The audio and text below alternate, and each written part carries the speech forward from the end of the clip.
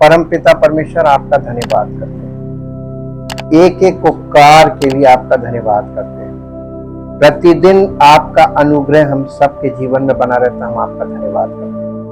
प्रभु, आप हमको हर परिस्थिति में बचाते हैं, संभालते हैं और आगे बढ़ने के लिए हमें सहायता करते हैं ताकि हम आगे बढ़ें, उन्नति करें, ताकि आपकी महिमा हो सके।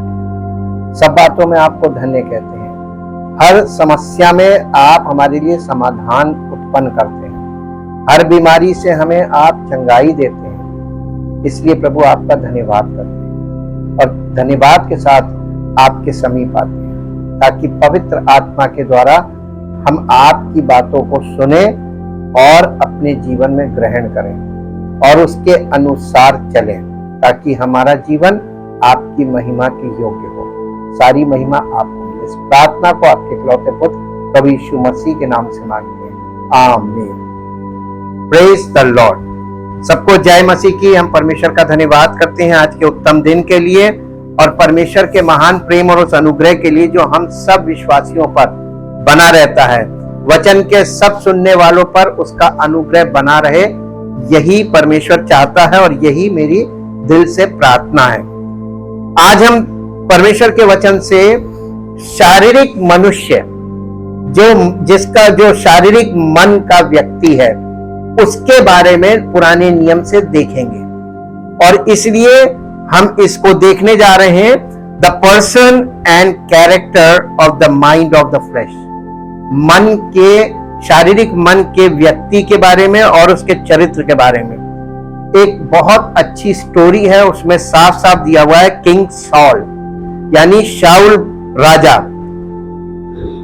Anointed by God through prophet Samuel, जिसको सैमुएल भविष्यवक्ता के द्वारा अभिषेक किया गया था। पहला सैमुएल और उसका 8 अध्याय, पहला सैमुएल 8 अध्याय पहले पद से हम इस पूरे चैप्टर को पढ़ेंगे। पहले पद से पढ़ें। पहला सैमुएल 8 अध्याय पहले पद से। जब शमूएल बूढ़ा हुआ तब उसने अपने पुत्रों को इजराइलियों पर न्यायी ठहराया। उसके जेठे पुत्र का नाम योएल और दूसरे का नाम अबिया था। ये बेशर्बा में न्याय करते थे, परंतु उसके पुत्र उसकी राह पर, किसकी? सैमुएल अपने पिता की राह पर ना चले, अर्थात लालच में आकर घूस लेते और न्याय बिगाड़ते थे। तब सब इजरायली वृद्ध इकट्ठा होकर रामा में सैमुएल के पास जाकर उससे कहने लगे, सुन, तू तो अब बूढ़ा हो गया है और तेरे पुत्र तेरी राह पर नहीं चलते हैं। अब हम पर न्याय करने के लिए सब जातियों यानी सब राष्ट्रों की, इंग्लिश में आप पढ़ेंगे, सब राष्ट्रों की नीति के अनुसार हमारे लिए एक राजा नियुक्त कर दे। परंतु जो बात उन्होंने कही, हम पर न्याय करने के लिए हमारे ऊपर राजा नियुक्त कर दे, ये बात शमूएल को बुरी लगी और शमूएल ने यहोवा से प्रार्थना की और यहोवा ने शमूएल से कहा, वे लोग जो कुछ तुझसे कहें उसे मान ले, क्योंकि उन्होंने तुझको नहीं परंतु मुझी को निकम्मा माना है और मैं उनका राजा ना रहूं। इजराइलियों को राजा के लिए परमेश्वर मना कर रहा था, क्योंकि राजा मत, तुम्हारे यहां कोई राजा ना हो। जैसे मसीहों में भी कोई राजा नहीं है, हम सबका एक है, राजाओं का राजा परमेश्वर इनका राजा था। इन्होंने परमेश्वर को किनारे करके एक फिजिकल किंग मांगा जी। जैसे जैसे काम वे उस दिन से, जब से मैं उन्हें मिस्र से निकाल ले आया हूं, आज के दिन तक करते आए हैं कि मुझको त्याग कर पराये देवताओं की उपासना करते आए हैं, वैसे ही वे तुझसे भी करते हैं। इसलिए अब तू उनकी बात मान, तो भी तू गंभीरता से उनको भली भांति समझा दे और उनको बतला भी दे कि जो राजा उन पर राज्य करेगा उसका व्यवहार किस प्रकार का होगा। शैमुएल ने उन लोगों को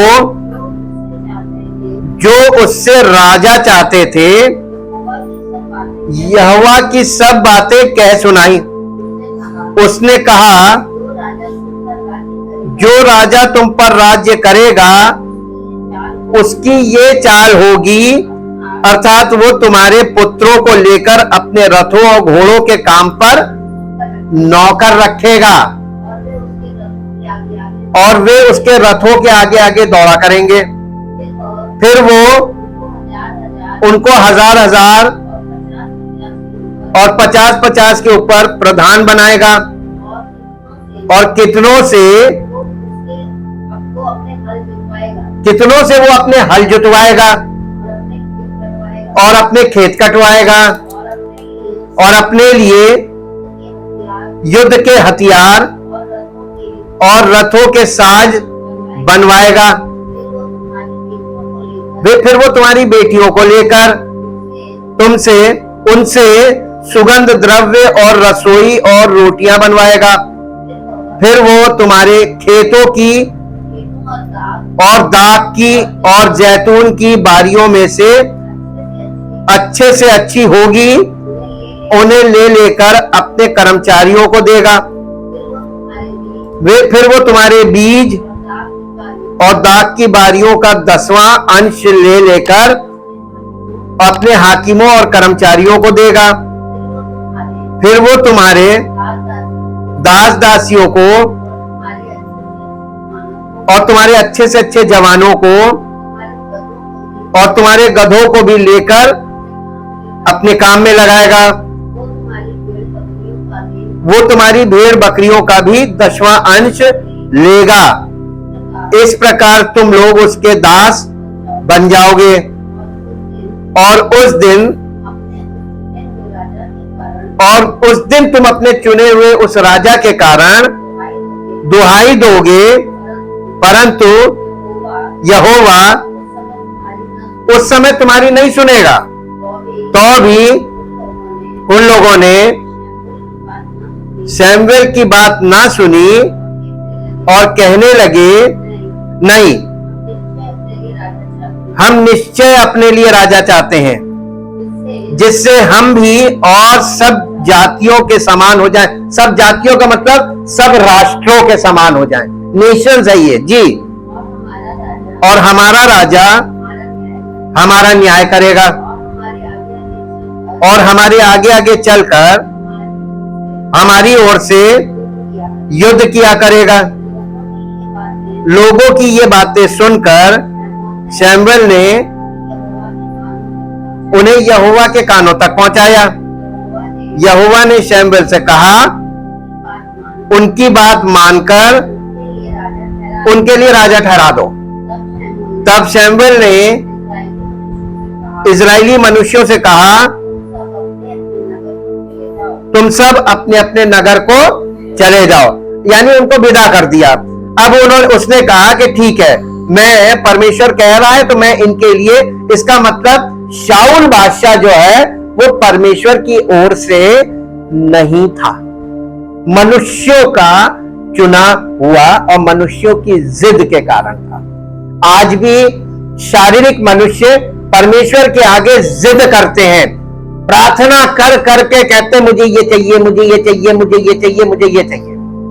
और जब कोई व्यक्ति जिद करके कोई चीज लेता है, वो चीज उसके नुकसान की होती है, फायदे की नहीं होती है। और आप इस चीज को देखिए कि वो किस प्रकार उनके लिए राजा नुकसान दे रहा, राजा को भी नुकसान हुआ और उनके उस देश वालों को भी नुकसान हुआ है, इजरायलियों को।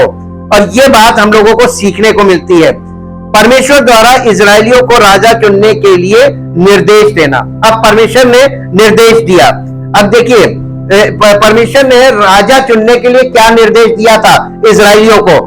व्यवस्था विवरण की पुस्तक उसका 17 अध्याय का 14 से 20 पद तक पढ़ेंगे। व्यवस्था विवरण 17 अध्याय का 14 से 20 तक राजाओं से संबंधित आदेश। जब तू उस देश में पहुंचे जिसे तेरा परमेश्वर यहोवा तुझे देता है और उसका अधिकारी हो और उनमें बसकर कहने लगे कि चारों ओर की सब जातियों के समान मैं भी अपने ऊपर राजा ठहराऊंगा, तब जिसको तेरा परमेश्वर यहोवा चुन ले अवश्य उसी को राजा ठहराना। अपने भाइयों ही में से किसी को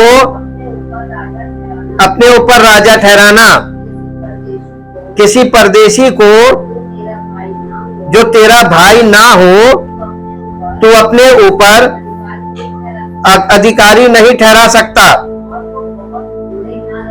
और वो बहुत घोड़े ना रखे और ना इस मनसा से अपनी प्रजा के लोगों को मिस्र में भेजे कि उसके पास बहुत से घोड़े हो जाएं, क्योंकि यहोवा ने तुमसे कहा है कि तुम उस मार्ग से फिर कभी ना लौटना। और वो बहुत स्त्रियां भी ना रखे, ऐसा ना हो कि उसका मन यहोवा की ओर से पलट जाए, और ना वो अपना सोना रूपा बहुत बढ़ाए। और जब वो राजगद्दी पर विराजमान हो तब इसी व्यवस्था की पुस्तक को जो लेवीय याजकों के पास रहेगी उसकी एक नकल अपने लिए कर ले और वो उसे अपने पास रखे। व्यवस्था की पुस्तक वो राजा अपने पास रखे और अपने जीवन भर उसको पढ़ा करे, जिससे वो अपने परमेश्वर यहोवा का भय मानना और इस व्यवस्था और इन विधियों की सारी बातों को मानने में चौकसी करना सीखे, जिससे वो अपने मन में घमंड करके अपने भाइयों को तुच्छ ना जाने और इन आज्ञाओं से ना तो दाहिने मुड़े और ना बाएं, जिससे कि वो और उसके वंश के लोग इजराइलियों के मध्य बहुत दिनों तक राज्य करते रहे। ये निर्देश था राजा को लेकर, लेकिन ये इजरायली लोग उससे राजा मांग रहे थे। अभी परमेश्वर की ओर से कोई व्यक्ति नियुक्त था ही नहीं। अब ये लोग जब मांग रहे थे, अब इसका पढ़िए कि इन लोगों ने किसको चुना। पहला सैमुएल और उसका 9 अध्याय 26 पद से 10 अध्याय का पहला पद, 9 अध्याय के 26 पद से 10 अध्याय के पहले पद तक। सवेरे वे तड़के उठे और पांव फटते सैमुएल ने शाऊल को छत पर बुलाकर कहा, उठ, मैं तुझको विदा करूंगा। तब शाऊल ने कहा, तब शाऊल उठा और वो और सैमुएल दोनों बाहर निकल गए और नगर के सिरे की उतराई पर चलते चलते शमूएल ने शाऊल से कहा, अपने सेवक को हमसे आगे बढ़ने की आज्ञा दे। वो आगे बढ़ गया, परंतु तू अभी खड़ा रहे कि मैं तुझे परमेश्वर का वचन सुनाऊं। तब शमूएल ने एक कुप्पी तेल लेकर उसके सिर पर उंडेला और उसे चूम कर कहा, क्या इसका कारण ये नहीं कि यहोवा ने अपने निज भाग के ऊपर प्रधान होने को तेरा अभिषेक किया है? इसका अभिषेक हो गया, अब ये राजा हो गया। देखिए, इसका अभिषेक शमूएल के द्वारा किया गया। अच्छा, इसमें खासियत क्या थी? शाऊल ने इसको चुना। इसकी खासियत देखिए, आपको मिलेगा 9 अध्याय का पहला पद पढ़िए, पहला और दूसरा पद। बिन्यामीन के गोत्र में कीश नाम का एक पुरुष था, जो अपी के पुत्र बकोरत का परपोता और सरोर का पोता और अबीएल का पुत्र था। वो एक बिन्यामीनी पुरुष का पुत्र और बड़ा शक्तिशाली सूरमा था। उसके शाऊल नामक एक जवान पुत्र था, जो सुंदर था। इजराइलियों में कोई उससे बढ़कर सुंदर ना था। वो इतना लंबा था कि दूसरे लोग उसके कंधे ही तक आते थे। यानी ये लोगों के कंधे, सारे लोग इसके कंधे पर, ये अकेला सबसे लंबा व्यक्ति था। लोगों ने राजा किसको चुना? कद देखकर, कि जो कद में लंबा हो और जो तगड़ा हो और सुंदर हो, उसे राजा बना लो। ये द चॉइस, पीपल्स चॉइस। और आप देखते जाइए, लोगों के चुनाव से परमेश्वर ने कहा जिसको चुने उसको बना दो। अब इसके बाद परमेश्वर ने शाऊल को रिजेक्ट कर दिया। अब इसके लिए आप पढ़िए पहला शमूएल 15 अध्याय 10 पद से 24 पद तक। 10 पद से 24 पद तक। तब यहोवा का वचन शमूएल के पास पहुंचा, मैं शाऊल को राजा बनाकर पछताता हूं, क्योंकि उसने मेरे पीछे चलना छोड़ दिया है और मेरी आज्ञाओं का पालन नहीं किया। तब शमूएल का क्रोध भड़का और वो रात भर यहोवा की दुहाई देता रहा। जब शमूएल शाऊल से भेंट करने के लिए सवेरे उठा, तब शमूएल को ये बताया गया, शाऊल कर्मेल को आया था और अपने लिए एक स्मारक खड़ा किया और घूमकर गिलगाल को चला गया। तब शमूएल शाऊल के पास गया और शाऊल ने उससे कहा, तुझे यहोवा की ओर से, शाऊल ने, ये किसने कहा? शमूएल ने कहा। शाऊल ने शमूएल से कहा ना? हाँ, शाऊल ने शमूएल से कहा, भविष्यवक्ता से कहा, राजा ने भविष्यवक्ता से कहा, क्या कहा? तुझे यहोवा की ओर से आशीष मिले, मैंने यहोवा की आज्ञा पूरी की है। शमूएल ने कहा, फिर भेड़ बकरियों का ये मिमियाना और गाय बैलों का ये रंभाना जो मुझे सुनाई पड़ता है, ये क्यों हो रहा है?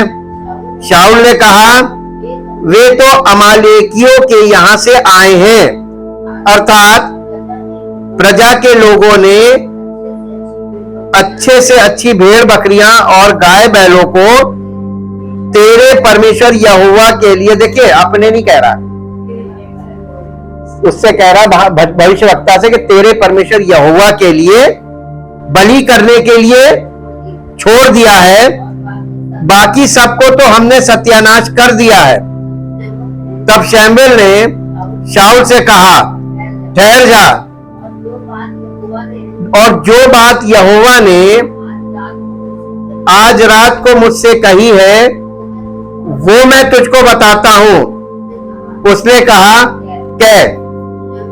शमूएल ने कहा, जब तू अपनी दृष्टि में छोटा था तो तब क्या तू इस्राएली गोत्रों का प्रधान ना हो गया था? क्या यहोवा ने इस्राएल पर राज्य करने को तेरा अभिषेक नहीं किया? और यहोवा ने तुझे एक विशेष कार्य करने को भेजा और कहा, जाकर उन पापी अमालेकियों का सत्यानाश करो, और जब तक वे मिट ना जाएं तब तक उनसे लड़ता रहे। फिर तू किस लिए यहोवा की ये बात टालकर लूट पर टूट के वो काम किया जो यहोवा की दृष्टि में बुरा है? शाऊल ने शमूएल से कहा, निसंदेह ये मैंने यहोवा की बात मानकर जिधर यहोवा ने मुझे भेजा उधर चला और अमालेकियों के राजा को ले आया हूं। हाँ, और अमालेकियों का सत्यानाश किया है, परंतु प्रजा के लोग लूट में से भेड़ बकरियां और गाय बैलों को अर्थात नष्ट होने की उत्तम उत्तम वस्तुओं को गिलगाल में तेरे परमेश्वर यहोवा के लिए बलि चढ़ाने को ले आए हैं। शमूएल ने कहा, क्या यहोवा होम बलियों और मेल बलियों से उतना प्रसन्न होता है जितना कि अपनी बात के माने जाने से प्रसन्न होता है?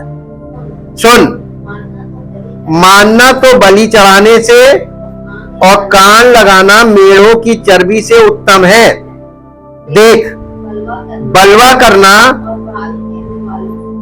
और भावी कहने वालों से पूछना एक ही समान पाप है, और हट करना और मूर्तों और ग्रह देवताओं की पूजा के तुल्य है।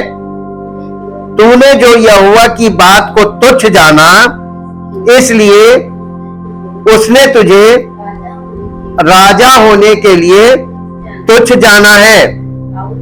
शाऊल ने शमूएल से कहा, मैंने बहुत देर बाद इसको ये बात समझ में आई और इसने रियलाइज किया, और तब कहने लगा कि मैंने पाप किया है। मैंने तो अपने प्रजा के लोगों का भय मानकर और उनकी बात सुनकर यहोवा की आज्ञा और तेरी बातों का उल्लंघन किया। किसकी बात किसका भय माना? प्रजा का भय मानकर। आज कलीसिया में सेवक लोग, जो कलीसिया के लोग हैं, उनके डर के मारे कि ये भाग ना जाए, सच नहीं बोल रहे, ये उनको लपेट के रखे हुए कि ये मेरे पास भीड़ कम नहीं होनी चाहिए। और इसीलिए सच बोलना, यानी सत्य की आत्मा जब आएगी, आपको सत्य बोलना है। ये शारीरिक मन का व्यक्ति अपने मन को कैसे करता है? वो शारीरिक लोगों को शारीरिक बातों से एंटरटेन करने में लगा रहता है, उनके प्रेशर में आ जाता है, लेकिन आत्मिक व्यक्ति नहीं आता है। यहां पे आप देखिए, ये तो राजा था और इसका भय देखिए, ये प्रजा के भय के मारे वो कर रहा था जो प्रजा करना चाह रही थी, कर लो कर लो कर लो, और इसने अपने रियलाइज किया और इस बात को इसने बता दिया। इसके बाद पढ़िए जी 25 पद। अब मेरे पाप को क्षमा कर और मेरे साथ लौट आ कि मैं यहोवा को दंडवत करूं। शमूएल ने शाऊल से कहा, मैं तेरे साथ ना लौटूंगा क्योंकि तूने यहोवा की बात को तुच्छ जाना है और यहोवा ने तुझे इज़राइल का राजा होने के लिए तुच्छ जाना है। तब शमूएल जाने के लिए घूमा और शाऊल ने उसके बागे के छोर को पकड़ा और वो हट के 2 भाग हो गया। जी। तब शमूएल ने उससे कहा, आज यहोवा ने इस्राएल के राज्य को फाड़कर तुझसे 2 भाग कर दिया। अब देखिए हमारे जीवन में, अब आप स्पिरिचुअल आइए नए नियम में, हमारे जीवन में जिस दिन यीशु मसीह की एंट्री होती है, जब हम उस पर विश्वास करते हैं, हमारी आत्मा जन्म लेती है, तो हमारे जीवन में जो एक शासन चल रहा था ये राज 2 भाग में बढ़ जाता है। Physical mind of the flesh, mind of the spirit, 2 भागों में बढ़ जाता है। यही यहां पर दिखाया जा रहा है, 2 व्यक्तियों, 2 राज्यों के बीच में हमारा जीवन 2 राज्यों में बढ़ जाता है। और इसके बाद एक ये अमालेकी कौन थे, ये बहुत जरूरी है जानना। अमालेकी कौन थे? अमालेकी मालूम कौन थे? अमालेकी एसाव का पोता, अमालेक नाम का व्यक्ति था जो एसाव का पोता था। एसाव कौन था? एसाव याकूब के साथ जो पैदा हुआ था, उसका पोता था, जिसके वंशज अमालेकी कहलाते थे। इनके बारे में आप पढ़िए निर्गमन की पुस्तक में, उसके 17 अध्याय में 8 पद से 16 पद तक पढ़िए, ये अमालेकी आपको मिलेंगे। और शुरू से देखिए याकूब के बाद ये एसाव के जितने वंशज थे, इजरायली लोगों को परमेश्वर इनसे कह रहे थे इनसे कोई संबंध ना रखना। जी। तब अमालेकी आकर रपीदीम में इजरायलियों से लड़ने लगे। तब मूसा ने यहोशू से कहा, हमारे लिए कई पुरुषों को चुनकर छांट ले और बाहर जाकर अमालेकियों से लड़, और मैं कल परमेश्वर की लाठी हाथ में लिए हुए पहाड़ी की चोटी पर खड़ा रहूंगा। मूसा की इस आज्ञा के अनुसार यहोशू अमालेकियों से लड़ने लगा और मूसा हारून और हूर पहाड़ी की चोटी पर चढ़ गए। जब तक मूसा अपना हाथ ऊपर उठाए रहता था, तब तक तो इजराइल प्रबल होता था, परंतु जब वो अपना हाथ नीचे करता तब अमालेकी लोग प्रबल होने लगते थे। जब मूसा के हाथ भर गए, यानी थक गए एकदम, जी, तब उन्होंने एक पत्थर लेकर मूसा के नीचे रख दिया और वो उस पर बैठ गया। और हारून और हूर एक एक अलग में, यानी एक इस पार एक इस पार, उसके हाथों को संभाले हुए थे और उसके हाथ सूर्यास्त तक स्थिर रहे। और यहोशू ने अनुचरों समेत अमालेकियों को तलवार के बल से हरा दिया। यही अमालेकी है। इन्हीं को नष्ट करने के लिए शाऊल को परमेश्वर ने राजा होने के बाद यही एक विशेष कार्य दिया था, और इसी कार्य को उसने पूरी आज्ञा नहीं मानी, और इसलिए परमेश्वर ने उसका वो राज, यहां पर यह दिखाया गया है माइंड ऑफ द फ्लेश। क्यों नए नियम में लिखा है शारीरिक मनुष्य परमेश्वर की व्यवस्था को पूरा नहीं कर सकता, परमेश्वर की आज्ञा को नहीं मान सकता, परमेश्वर की व्यवस्था के अधीन नहीं हो सकता। उसका पूरा चित्रण आपको लाइफ के द्वारा दिखाया गया, क्योंकि ये शारीरिक मन परमेश्वर की बातों को कभी मानने लायक था ही नहीं। इसलिए परमेश्वर ने स्पिरिचुअल वे तैयार किया है, और वो स्पिरिचुअल वे यीशु मसीह के द्वारा शुरू होता है। हम परमेश्वर का बहुत धन्यवाद करते हैं उसके उत्तम पवित्र वचनों के लिए, और दोनों भाग हमारे मसीही विश्वासी के लिए अत्यंत आवश्यक है। अगर पुराने नियम से ये चीजें हम लोगों को पवित्र आत्मा स्पष्ट ना करे, व्यवहारिक बातों में हमको ना दिखाया जाए, तो आज हम व्यवहारिक रूप में विश्वासी, अपने मन में तो बड़े विश्वासी हैं, लेकिन व्यवहार में हम सब शारीरिक मनुष्यों वाली बातें करते हैं। इसलिए परमेश्वर के वचन को केवल पढ़ना नहीं है, केवल सुनना नहीं है, हमें परमेश्वर के वचन को सुनने और पढ़ने के साथ साथ देखना भी है और उसको समझना भी है और उसको अपने हृदय में रखना है, ताकि हम उसके अकॉर्डिंग सोचें और उसके अकॉर्डिंग चलें, ताकि हमारा जीवन सिद्ध हो और हम सिद्ध विश्वासी बने, ताकि परमेश्वर की महिमा को प्रकट करें। परम पिता परमेश्वर, हम आपका हृदय से धन्यवाद करते हैं हर एक बात के लिए। चाहते प्रभु हमारे जीवन में सब कुछ आपकी योजना के अनुसार होता है। यदि हमारे जीवन में कोई घटना घटित होती है, उसमें भी आपकी योजना है, और हम चाहते प्रभु सब बातें मिलकर हर एक विश्वास करने वाले के लिए भलाई ही को उत्पन्न करती है और आपकी योजना के अंतर्गत होती है। इसलिए प्रभु हम आपका धन्यवाद करते हैं, आपने आपको और सब सुनने वालों को आपको समर्पित करते हैं और आपसे विनती करते प्रभु बड़े छुटकारे के काम सुनने वालों के जीवन में हो, ताकि आपकी अद्भुत महिमा प्रकट हो और आपका नाम महिमा पाए।